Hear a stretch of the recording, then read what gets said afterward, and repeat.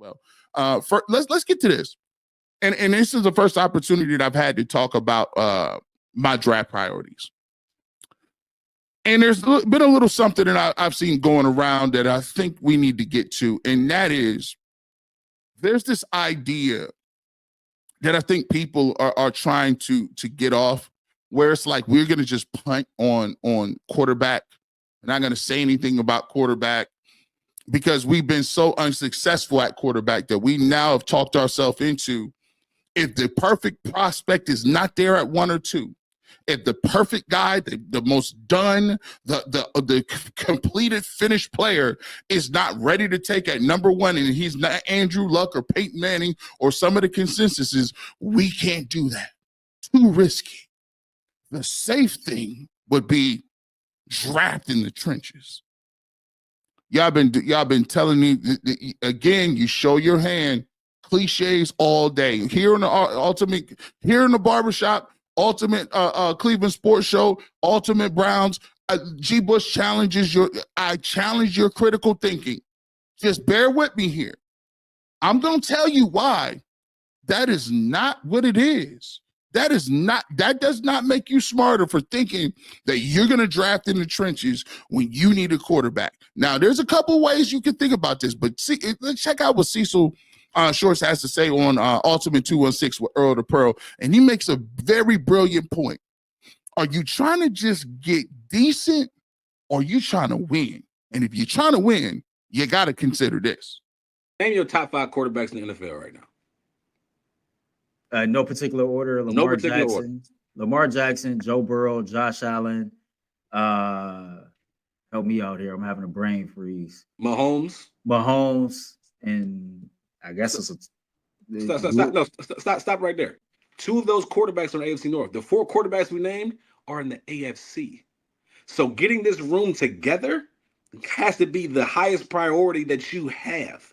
And I don't know how you do it or when you do it, but you have to make sure that this room, this quarterback room, is able enough to go out there and produce and do well with whoever's calling the plays. This is what I'm talking about. I love the level of urgency. See, he's not coming at you with no prognostication, with all this. Listen, I hate draft season because we start talking draft talk. We start talking draft lingo. We start falling right back into them old traps where people just say a bunch of sir and so, and then it just sticks. There ain't no concrete nothing. You be like, I think you should take the best available lineman. Take a Mason Graham. No. There is only Mason Graham. It ain't take an Abdul Carter. No, listen. There's one Abdul Carter, or take the best available receiver, trade all this vague stuff. Listen, man, let me tell you something real quick. Cecil played in the league. You know what he said, and it really stuck with me and made me come up with this topic was this. All this extra stuff about you trying to go out there and get a left tackle and building through the trenches and all of that noise, that's just nothing but noise. See, what you're really trying to do is you're trying to avoid having to pull the trigger and make a decision. And that's what this front office is going to have to do because they're on the seat now. You punted. You could have took Baker Mayfield and kept him, right? But this regime decided that they didn't want to give Baker Mayfield that extension, and they moved on from him. Baker doing what he doing. They decided they wanted to trade 3 first-round picks for Deshaun Watson and gave him the contract. Didn't work. We talked about it. We've all talked about it ad nauseum. Didn't work. You drafted and went out and you traded for the Josh Dobbs. You went out and got the DTRs. And then you played DTR. You played him in the game. And you saw what Huntley did again with the Dolphins, who was obviously better in that game. Huntley was. What it tells me is you don't have the eye or the scouting acumen to tell who's good at quarterback or not. Which quarterback have they evaluated so properly? Even when you bought Case Keenum in as the number one backup and was paying him $8 million, you didn't even let that man do his job. If I remember correctly, Baker got hurt. You brought him in. He won a game for you on Monday night. And instead of sitting Baker till he was ready, you fumbled the bag on that one too. What quarterback situation have you handled correctly? And the thing is, you're going to have to identify the quarterback. That is the skill.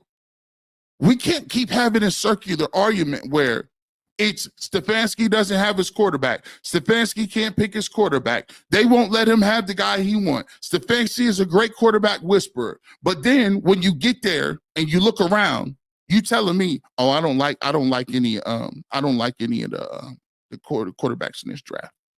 Okay. Do you like Jameis Winston or no? No, he throws too many interceptions. Okay. Do you want you see any other quarterbacks you want to trade for? No, not really. They're just Sam Darnold, but he's going to go back. Maybe Justin Fields. I don't know. Okay. Well, are you going to are you going to draft a guy in the middle round? I don't know. We have a lot of holes to fix. Okay. No. You're going to find something. Like my mom used to tell me when we be in the store too long and she said you could pick one thing out. And you get to the cash register, she take the candy bar and you hand it to the lady and say, no. I want a Snickers. Give me the Snickers. Your mom say, okay, we'll go back and get this good Snickers. Come on, we got to go. You go back, hand it to the cash register. Here you go to Snickers. No. I wanted the Three Musketeers. By that time she get to that, she ain't gonna let you get to the switch that out. You done got what you done got. Get up here. I know the thought process is you wait it out. You wait it out until you get the best available opportunity to get one of these guys. Right now, G, how's about trading back, getting ammunition for next year? So we can go in the draft and get Arch Manning, because that draft class gonna be much better. You know how that works. Why are you playing dumb? Why y'all playing dumb? Because if Arch Manning is that guy, if Arch Manning is the second coming of who you guys have all anointed as that dude, there's not enough picks in the world for the team that's drafting number one to give it up for you. Did Andrew Luck for the Colts, did they give up the number one pick? Did they? All these teams with bona fide number one generational quarterbacks that are projected, how many times are those guys traded for? Never, because the team at the top of the draft is running to you and saying, I'm drafting that guy. So I don't care if you have the Cleveland Browns have their pick and the 28th pick in the first round. It's not going to be enough, big dog. Not to mention, who knows what Arch Manning is going to do. I heard the same thing about Jake Locker. Jake Locker is going to come back. I heard the same thing. I heard the same thing about Matt Leinart. Matt Leinart is going to be the greatest thing. I heard the same thing about Quinn Ewers this year. Where's Quinn Ewers and Carson Beck doing? Going back to school in the transfer portal. Don't prognosticate and tell me what's going to happen 12, 14 months away from now. We'll get to that. But here's your problem. The problem is the Cleveland Browns don't have 12, 18 months. If they drafted in the top 10 again, guess what? That means they're getting fired. So for all those guys, we'll talk about the names coming up here in a little bit. We got a long season to talk about the names and why you don't do it. But when you're coming up here talking about these left tackles, and these drafting these defensive tackles, no disrespect, but it's laughable. Take Mason Graham at number, they trade down and take a defensive tackle. Listen, I played defensive tackle. I played on the offensive line. I played line my whole life. And let me tell you something. If you think the difference between the Cleveland Browns winning some games and losing games is because you took a defensive tackle, you're crazy. Mason Graham is a 1 technique or a 3 technique that does not have what we would call Warren Sapp pass rushing ability. This guy's going to help you stop the run, plug some gaps, be sound, have a nice run grade on PFF. That don't do nothing for you when you got DTR as your quarterback. We got the greatest pass rusher in the world right now in Myles Garrett. You won 3 games. I get that you like Micah Parsons. I like him too if we trade down and get what we need for him. But don't ever get it twisted that this is somehow equivalent. You take this guy. You could take Micah Parsons and have Myles Garrett and win 4 games next year. Keep playing at quarterback. Keep playing around. Every single year, it takes Browns fans to figure out. Y'all always got to figure out. Yeah, maybe Donovan Peoples-Jones ain't going to get it done. Man, we only got Jerry Jeudy and Elijah Moore. Man, every time we talk about weapons, it has to be David Njoku. Maybe we can wish for Nick Chubb of 2020 to come. You need running backs. You need receivers. You need corners. You need linebacker. You need a bunch of stuff. And if you're going to tell me we're going to consistently we just invested a 2nd round pick at Mike Hall Jr.